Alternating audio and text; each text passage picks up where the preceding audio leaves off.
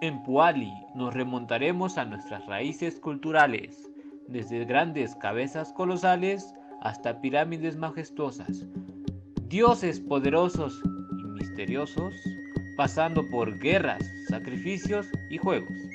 Culturas antiguas, pero también únicas en el mundo, aportando conocimiento para el desarrollo de la humanidad. Eso y mucho más, bienvenido a Puali, Orígenes Prehispánicos. El episodio de hoy es Arquitectura y Urbanismo.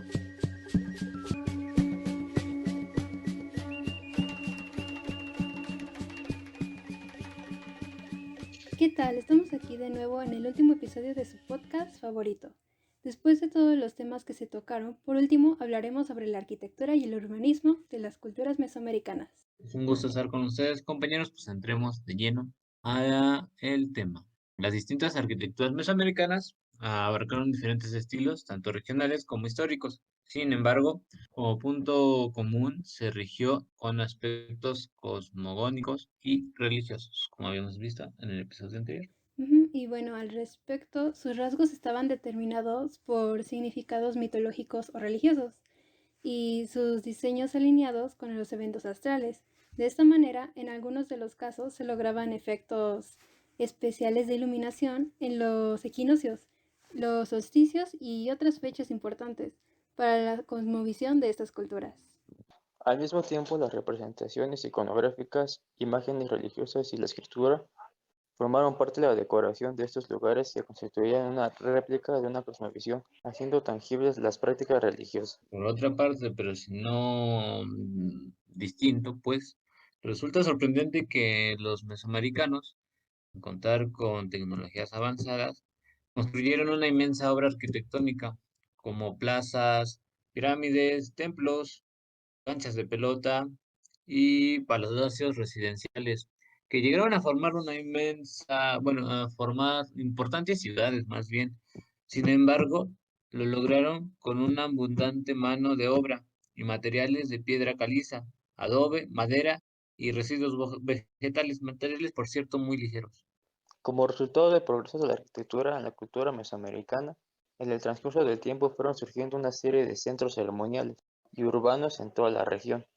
Así, en primera instancia, los olmecas construyeron tres capitales con espléndidas edificaciones, como lo son La Venta, Tres Zapotes y San Lorenzo, todas estas en el territorio mexicano.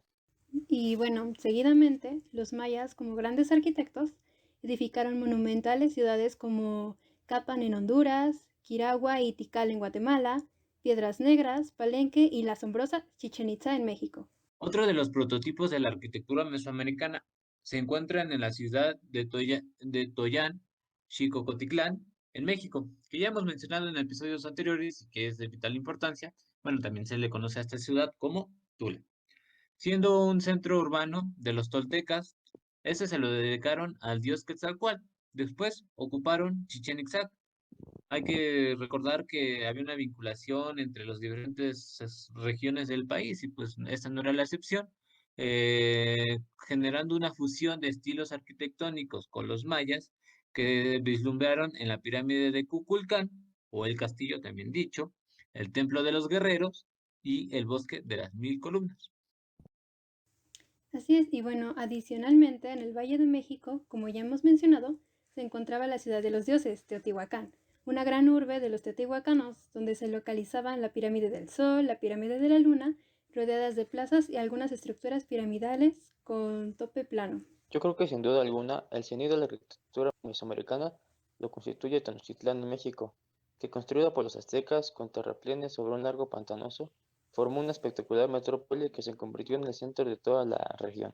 Ajá, pero bueno, ahora que ya mencionamos algunas de las obras y sitios, vamos a hablar un poco de cada uno de estos impresionantes lugares. ¿Qué tal si empezamos en el orden en los que lo fuimos mencionando? ¿Les parece? Espero que sí. Bueno, hablemos un poco de la venta. En sí se desconoce el nombre prehispánico del lugar y más bien a esta zona arqueológica adquiere su nombre del hecho de que anteriormente, en siglos pasados, se realizaba la venta de maderas preciosas. Para ser más específicos, en el siglo XIX y a principios del siglo XX, según la tradición oral. Y bueno, la importancia de esta zona arqueológica desde su gran antigüedad, que es de 1200 a 1400 a.C., su arquitectura monumental era de tierra, su traza arquitectónica planificada, su numerosa e impresionante acervo escultórico de piedra y sus considerables ofrendas de jade. La Venta es considerada una de las primeras ciudades del Antiguo México. La región fue habitada desde al menos el año 5000 a.C., cuando se cultivaba maíz y yuca domesticados. Está rodeado por una extensa red de cuerpos de agua dulce y salada, con abundante flora y fauna comestibles, al igual ricos suelos aluviales para la agricultura. En esta región de la costa del Golfo de México, pues no había yacimientos de piedra, por ello la arquitectura es de tierra. La venta presenta un primer trazo planificado de una ciudad prehispánica. Los edificios están alineados en los ejes norte-sur, formando avenidas y plazas que también fueron centros cívicos ceremoniales, al igual que se han identificado zonas residenciales. Mm, Su basamento principal, con una altura de hasta 30 metros, data del año 400 antes de nuestra era, y esta está asociada a 6 lápidas labradas en bajo relieve. Al norte de este se construyeron las ofrendas masivas subterráneas, únicas en el México antiguo. Y bueno, recordando algo acerca de los olmecas, tenemos que los olmecas de la Venta importaron enormes moles de piedra de origen volcánico de Veracruz y Chiapas. También importaban otras piedras verdes de Oaxaca y Puebla. Estas las labraban en esculturas, como ya hemos mencionado, en donde algunas llegaban a pesar hasta 35 toneladas. El tema principal de la escultura olmeca es la figura de humana y en segundo término, las figuras compuestas que combinaban rasgos humanos con aquellos de animales, creando imágenes fantásticas. En el recinto ceremonial de la Venta se encontraron numerosas ofrendas con objetos de jade, el cual fue importado de Guatemala. Ahora haremos mención de la siguiente localización, llamada Tres Zapotes. Al igual que la anterior, esta pertenece a la cultura olmeca, situada en las tierras bajas del Golfo de México, en la llanura del río Papalopan, ubicado en el municipio de Santiago Tuxtla, Veracruz. Tres Zapotes, un importante sitio durante el apogeo de la cultura olmeca contemporánea a la Venta. Después se desarrollaron ahí las culturas epiolmeca y cultura del centro de Veracruz, una de las ciudades cercanas a la Venta, el sur y al norte. Semepola, la mayor parte de los asentamientos se encontraban en la orilla oeste del arroyo de Hueyepán, sobre el llano y una terraza de depósitos sedimentarios y volcánicos. El sistema constructivo fue a base de tierra, barro, compactado y bloques de arsénica volcánica que fueron utilizados como pisos y muros de retención. Bueno, ya en este tiempo la venta ya fue abandonada, alrededor del 400 antes de nuestra era. Bueno, la cultura olmeca pareció estar encaminada a la extinción. Es el momento cuando los tres zapotes flores y se convierte en la máxima expresión de la cultura olmeca. Ubicada en las laderas de las montañas de los Tuxtlas. Tres Zapotes destaca por las grandes cabezas esculpidas en basalto que tienen un estilo olmeca particular, muestra de los cambios que en esa época se gestaron. Y bueno, tenemos que sus estructuras arqueológicas se extienden aproximadamente en 3 kilómetros en el estrecho del Valle del Arroyo de Hueyapán. Estas están distribuidas en grupos irregulares, aunque algunas otras, al parecer, no están relacionadas con ningún agrupamiento de edificios. Una de las características de la disposición de las estructuras es el hecho que no presentan un arreglo geométrico. Apenas en algunos casos parecen limitar una especie de patio. Para terminar con la cultura olmeca, vamos a hablar un poco de esta última localización llamada San Lorenzo. San Lorenzo Tenochtitlán fue una capital olmeca que dominó un punto estratégico, lo que le permitió controlar la comunicación y el transporte terrestre y acuático. Asimismo, se extendió sobre una gran isla, delimitada por los ríos navegables y grandes llanuras de inundación en la cuenca del río Coatzacoalcos. Una de las más notables actividades constructivas fue la modificación del terreno donde se encuentra San Lorenzo. Mediante millones de metros cúbicos de rellenos sedimentarios, Se le dio una nueva forma al sitio y se crearon distintos niveles de terrazas habitacionales alrededor de la cima de la loma. Bueno, también hay que mencionar que comenzaron a tallarse esculturas de piedra volcánica, cuya fuente se encuentran cercana a la Sierra de los Tuxtlas.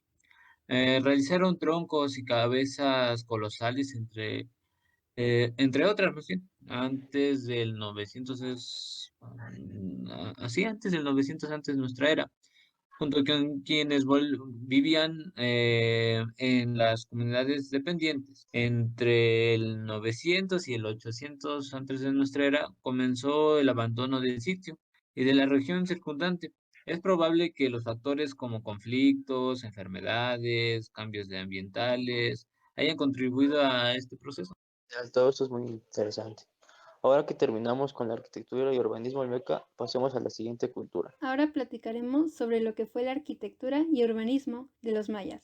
Recordemos que ellos fueron autores de importantes locaciones, como Copán en Honduras, Quiragua en Tikal y en Guatemala, Piedras Negras, Palenque y la asombrosa Chichén Itzá en México. Hablaremos únicamente de Coapan y Chichén Itzá. Bueno, los antiguos mayas replicaron la naturaleza a través del arte. Construyeron pirámides como símbolos de montañas, plazas con lagos y portales como cuevas. Los artistas de Copán esculpieron la imagen de las distintas de las dinastías reinante en columnas de piedra para representar un bosque de reyes. Copán es conocido por la cantidad y calidad de las esculturas en piedra comisionadas por la dinastía de 16 poderosos gobernantes. En el centro de la ciudad se inscribe dentro de un rectángulo orientado en sentido norte-sur que mide 500 metros de largo por 300 metros de ancho y que sigue unas reglas ortogonales.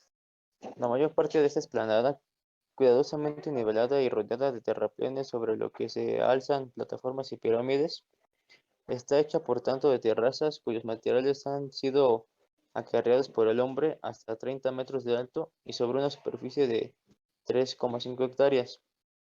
Los mayas acumularon cerca de 1 millón de metros cúbicos de materiales destinados a construir la famosa plaza jalonada por una docena de estelas. Las estructuras piramidales más altas están a unos 38 metros sobre el nivel del río. Al sur se levanta la importante estructura, cuya puerta representa la entrada en más allá, y domina la plaza oriental, rodeada de gradas que están más abajo. Hay una serie de grandes escalinatas que delimitan plazas y confieren una poderosa articulación urbanística al conjunto de edificios que rematan la Acrópolis. Al final de una escalinata de no menos de 90 metros de ancho, al sur de la Plaza Mayor, se levanta el curioso santuario, adosado de la parte posterior de este templo. Hay un palacio que denomina una gran terraza llamada Tribuna de los Espectadores. Flanqueada por la plaza occidental, las gradas que hay a lo largo de esta tribuna forman a su vez una escalinata jeroglífica. Y ahora nos trasladamos a territorio mexicano. Tenemos a Chichén Itzá, que cuenta con una arquitectura denominada clásica maya y una destacable simbología relacionada con la cultura tolteca, proveniente del antiplano de México, así como el estilo arquitectónico denominado PUC. La arquitectura clásica maya de esta zona es un reflejo de los conocimientos astrológicos de esta cultura, en especial la pirámide principal, también conocida como Templo de Kukulcán, con 24 metros de altura y 365 escalones. Destaca por dos enormes cabezas de serpiente que le hacen referencia a este dios. La pirámide de Kukulcán es única, ya que esta fue construida de tal forma que cada equinoccio, el juego de luces y sombras por los rayos del sol, permiten simular el cuerpo de una serpiente descendiendo del templo. Para lograr este efecto, los mayas colocaron plataformas en su fachada de forma que su sombra pudiera proyectarse sobre los laterales de la escalinata, dando forma al cuerpo de este animal. Y bueno, tenemos que este efecto simbolizaba la bajada del dios Kukulcán a la tierra, también conocido como Quetzalcóatl o serpiente emplumada, además de que este periodo coincidía con la llegada de lluvias en la zona. Asimismo, era común que los gobernantes reunieran al pueblo en la explanada en los días de equinoccio para ver al descenso de Kukulcán.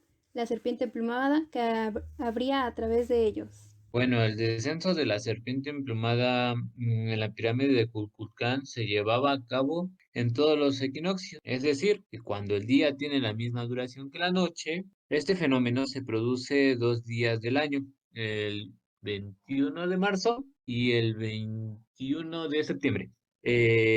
Por lo que cada año miles de personas se congregan alrededor de la pirámide en estas fechas para apreciar este espectáculo. Generalmente el efecto se va apareciendo a partir de entre las 3:45 de la tarde, aunque es muy lento.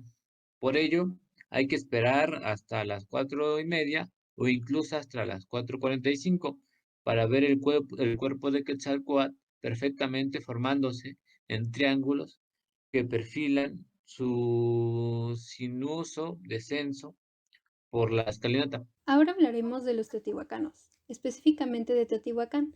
En la arquitectura de Teotihuacán se emplearon las particularidades arquitectónicas propias de la pirámide, que ya se conocían en Cuicuilco, con la aplicación de una serie de plataformas que van achicándose conforme toman un nuevo nivel ascendente. Es decir, una serie de plataformas por la penetración de decrecientes con sus lados en talud. Más tarde se difundió el sistema constructivo de tablero sobre el talud. La arquitectura alcanzó el gusto por la geometría y por el saber científico de las matemáticas, empleando un canon especial y una orientación muy meditada. Se conseguía así un contraste muy especial de luces y sombras, engalanando por la decoración pictórica y la escultura. Los santuarios o templos que coronaban las pirámides no resistieron el paso del tiempo. El estudio de arqueólogos e historiadores sobre las ruinas actuales hace suponer que eran edificios oscuros y estrechos, concebidos para ser contemplados y ser testigos de ceremonias religiosas, pero nunca para ser vividos. Sin embargo, las estructuras de los edificios residenciales de los barrios de la periferia y del propio centro ceremonial son diferentes, con un diseño pensado y adaptado a la medida de exigencia del hombre que los habitaba. Generalmente estas viviendas se van a desarrollar en torno a un patio de nivel más bajo al que se accedía bajando unos más escalones. En las casas de los barrios de la periferia vivían grupos de personas que podían estar relacionados por lazos familiares o por lazos de trabajo. En los patios se han encontrado vestigios de altares ceremoniales destinados al culto religioso íntimo y privado. Pues les comentaré de cómo eran los procesos constructivos o decorativos y, bueno, las funciones que tenían cada material en la construcción de esas construcciones. Bueno, una de los materiales que se ocupaba era el cemento teotihuacano, formado por una mezcla de entre piedra volcánica molida y lodo para encubrir los edificios. Encima de esto se daba una capa de enlucido de cal que recibía la ornamentación pictórica. Tanto la cimentación como los basamentos estudiados en Atetelco fueron construidos con el llamado tepetate, una roca típica del subsuelo de la región. Y bueno, también el tezoncle era un material de roca volcánica muy abundante en el entorno de Teotihuacán, porosa y muy recia, pero al mismo tiempo fácil de labrar, con un color entre negro o rojizo. Las piedras se utilizaban en todas las construcciones y también se han encontrado de este material para fabricar los desgastes de la ciudad, de sección rectangular, cubiertos por lajas. Se empleó la piedra para hacer los escalones de las escaleras y las cornisas. Uno de los materiales más utilizados fue el adobe. Era tan resistente al tiempo y por lo tanto difícil de encontrar intacto al cabo de los siglos, pero que existe en los núcleos de algunos edificios. Y decir que son muy térmicos ese material, el adobe. La madera era muy utilizada para las pilastras y jambas de las puertas. La madera llegó a ser imprescindible, tanto para la construcción como para el modo de vida, pues era la energía propia de los hogares. Se utilizaba con tales cantidades que llegaron a la deforestación de la zona. Y a lo mejor por eso se habrán ido, ¿no? Bueno, por último hablaremos de la Gran Tenochtitlán, el mayor representante de todas las culturas mesoamericanas, una ciudad construida por los aztecas. Situada donde hoy se encuentra la moderna Ciudad de México, Tenochtitlán era una ciudad abrumadora y monumental, que fue construida sobre pequeñas islas y tierras pantanosas. Era la tercera ciudad más grande del mundo, después de Constantinopla y París. En su época de mayor esplendor, albergó a 200.000 habitantes. Tenochtitlán era la ciudad en la que se encontraba la arquitectura azteca más impresionante y monumental. Recordemos que la cultura azteca estaba fuertemente influenciada por los toltecas de Colhuacán, los tepenacas de Azcapotzalco y los aculhuas de Texcoco, debido a que el imperio azteca fue construido a través de la conquista. Los aztecas debían encontrar la manera de integrar los diversos grupos étnicos bajo su dominio. De este modo, recurrieron a su arquitectura y a los materiales gráficos para promover su visión del mundo. Las estructuras gigantescas reflejaban el poderío militar del imperio. Vamos viendo cómo se van conectando cada tema. Bueno, en la arquitectura mexica está profundamente marcada por el simbolismo. Los puntos cardinales construyeron símbolos religiosos de las cuatro direcciones y las esquinas de la tierra, tanto entidades religiosas que tienen patronos divinos, colores, días, signos del año, que varían según las distintas versiones históricas. Los templos piramidales fueron construidos fueron construidos para facilitar la religión mexica y la visión del mundo. Construir templos piramidales era uno de los deberes arquitectónicos más importantes para los mexicas, debido a la importancia religiosa que estos revestían. Se trataba de obras públicas patrocinadas por el gobierno, no sé si es el gobierno, y pensadas para crear un sentimiento de piedad religiosa y poder imperial. Se creía que se representaban las montañas, que eran la fuente del agua, la fertilidad y hogar de los espíritus de los antepasados mexicas. Y bueno, la mayoría de los templos piramidales seguían un patrón general que constaba de una plataforma, una doble escalinata larga, amplia y empinada, que se elevaba en el centro, con balustradas a los lados de los escalones. Se usaban bloques de piedra esculpida y calaveras para decorar la plataforma, y al extremo de las balustradas también se colocaban, construidos teniendo en mente la cosmología. Los templos piramidales siempre miraban hacia el oeste y estaban cardinalmente situados en el lado este del extremo del centro o plaza de la ciudad. Las importantes ciudades de Tenochtitlán y Tlatelolco fueron erigidas sobre pequeñas islas pantanosas a lo largo del lago de Texcoco. Dichas islas cenagosas contaban con una cantidad limitada de agua potable, de manera que hubo que construir un acueducto para transportar agua dulce sobre el lago, desde los manantiales que se encontraban en la tierra firme en Chapultepec. Los aztecas también crearon extensos canales para irrigar campos y en la época del rey Moctezuma I, el rey Nezahualcóyotl de Texcoco construyó un dique o represa que protegía a Tenochtitlán de las inundaciones que resultaban muy destructivas durante las temporadas de fuertes lluvias. Estas sofisticadas obras hidráulicas constituyeron algunos de los logros más importantes de la tecnología azteca. Y los aztecas eran diestros constructores y artesanos que usaron cinceles, piedras duras y navajas de obsidiana a modo de herramientas. Muchos de los materiales usados eran los mismos que se usaron durante alrededor de 2000 años en el Valle Central de México. Sin embargo, en las construcciones más recientes de Tenochtitlan, los aztecas comenzaron a concentrarse en la solidez de sus edificios, debido al subsuelo que paulatinamente se iba hundiendo. Como resultado, se usó ampliamente el tezontle, una piedra volcánica fuerte y liviana. El tezontle era muy popular porque resultaba fácil de tallar y su textura y color eran atractivos. Se usó en la construcción de edificios monumentales como relleno de muros y para hacer techos. Los aztecas atribuyeron la gran cantidad de piedra de tezontle a la destrucción del mundo.